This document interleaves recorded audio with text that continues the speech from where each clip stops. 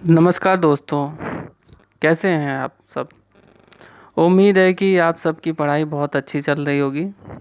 तो अच्छे से पढ़ते रहिए दोस्तों, क्योंकि पढ़ाई और केवल पढ़ाई ही आपके जीवन भर काम आएगी। ठीक है दोस्तों, आज की जो ट्रिक है वो कर्क रेखा से संबंधित है। इस ट्रिक के माध्यम से आप यह याद रख पाएंगे कि कर्क रेखा भारत के किन किन राज्यों से होकर गुजरती है। इससे पहले कि हम आपको यह ट्रिक बताएं, उससे पहले आपको यह जानना ज़रूरी है कि कर्क रेखा कहते किसे हैं।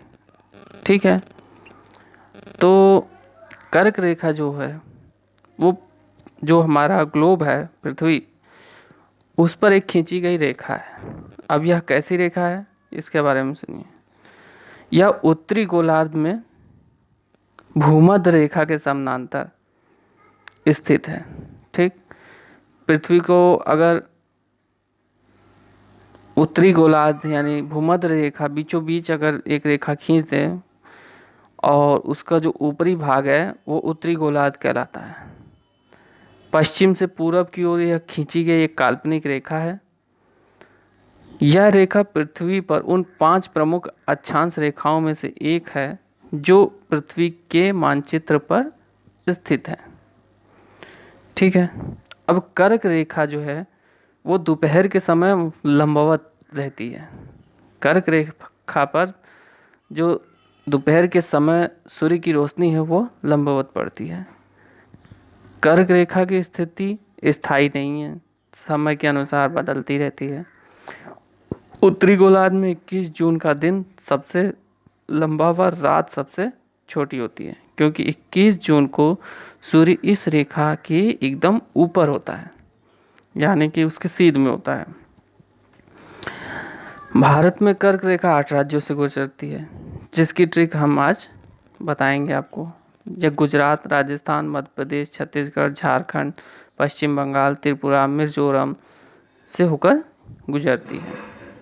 ठीक, चूँकि हम जानते हैं कि हमारा देश जो भारत है वो उत्तरी गोलार्ध में है, इसलिए कर्क रेखा भारत के बीचों बीच गुजरती है। यह भारत के 8 राज्यों से गुजरती है। इसके बारे में एग्जाम में अक्सर पूछा जाता है।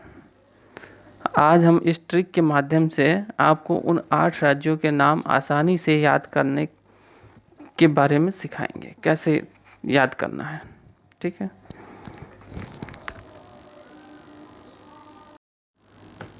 तो आइए दोस्तों शुरू करते हैं। बहुत ही आसान तरीका है, ज़्यादा सोचना विचारना नहीं है। यह ट्रिक मैंने इतनी आसान बना दी है कि बहुत जल्दी याद हो जाएगा। 1-2 बार आप दोहरा लीजिए और उसको प्रैक्टिस करिए, फिर ज़िंदगी भर आप नहीं भूल पाएंगे। ठीक, ये देखिए आप मैप देख रहे हैं, जैसे पहले गुजरात।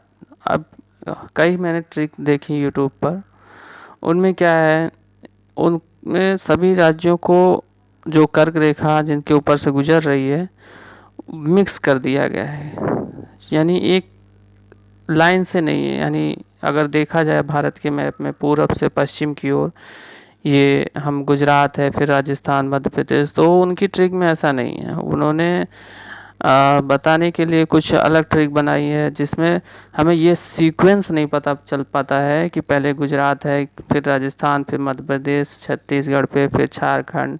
इस तरीके से सीक्वेंस नहीं मिल पाता है।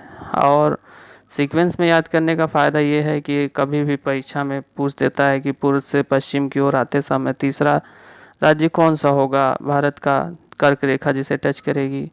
तो ऐसे में हम फटाफट इस ट्रिक से बता सकते हैं।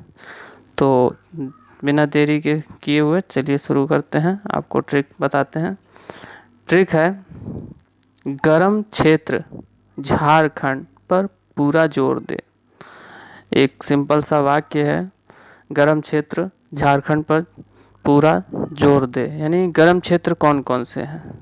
गर्म क्षेत्र में गुजरात है, ठीक, राजस्थान गर्म क्षेत्र है, मध्य प्रदेश ये भी गर्म क्षेत्र ही है, फिर आता है छत्तीसगढ़, वो भी गर्म क्षेत्र ही है, झारखंड भी पश्चिम बंगाल और लास्ट में जो त्रिपुरा और मिजोरम है। ठीक है, तो गर्म क्षेत्र से ग से हमारा गुजरात हो गया, रा से राजस्थान, म से मध्य प्रदेश, क्षेत्र यानी क्षेत्र छ निकल रहा है ना, छ से हम छत्तीसगढ़ का बना देंगे।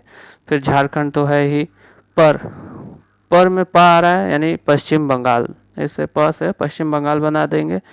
पूरा के आगे त्रि लगा देंगे तो त्रिपुरा हो जाएगा। और जोर कैस में मिजोरम में जोर दिख रहा है ना, तो वो हो जाएगा मिजोरम। बहुत ही आसान है। गर्म क्षेत्र झारखंड पर पूरा जोर दे, तो आराम से ट्रिक बन गई। अब इसमें क्या है, कभी भी भूलने का भय नहीं रहेगा। गर्म क्षेत्र यानी छत्तीसगढ़, गर्म क्षेत्र झारखंड पर प से पश्चिम बंगाल, पूरा त्रिपुरा, मिजोरम यानी जोर दे। तो एक सीक्वेंस में भी हमें याद हो गया। आशा करता हूँ दोस्तों आपको ये ट्रिक बहुत ही आसान लगी होगी और आप इसे याद भी कर लेंगे। आप मेरी इस पहली वीडियो को ज़्यादा से ज़्यादा सपोर्ट करिए और उसे लाइक करिए। थैंक यू दोस्तों, धन्यवाद।